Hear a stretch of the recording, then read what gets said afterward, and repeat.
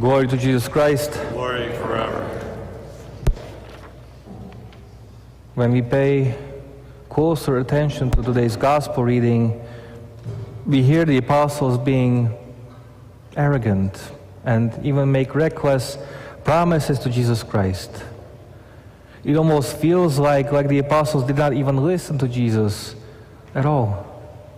It seems like they are treating that evening as any other evening.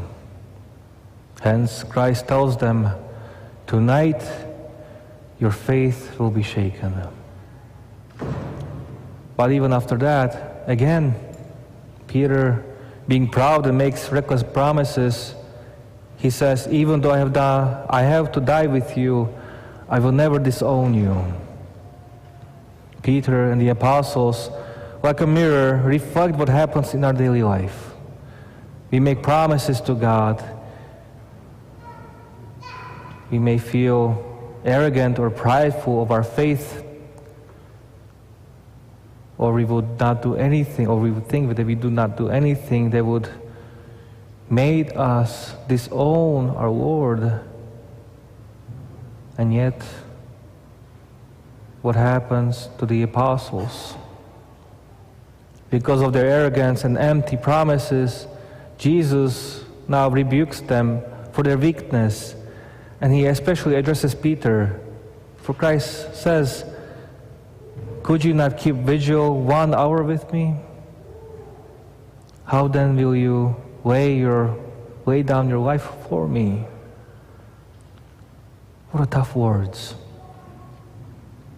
Those words had to hurt the apostles. And what tough words for our own personal life. And if we meditate on them, on these words, then for sure they will hurt.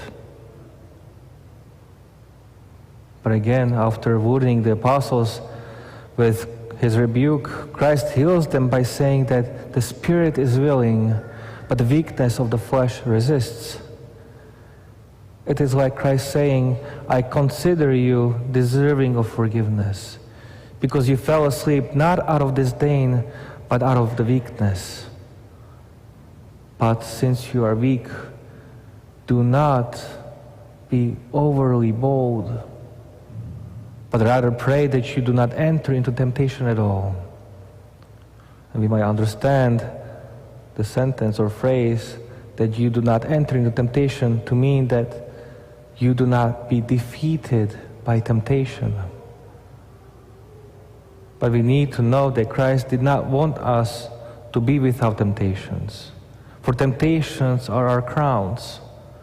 Rather, he wants us to pray that we are not swallowed up by the temptations and enter into its belly as into a belly of a wild beast. For one who is overcome by temptations enters into it, that is, he is swallowed by it. So let us reflect on our life. Do we make arrogant promises to God? Are we genuinely willing to sacrifice everything in our life to God?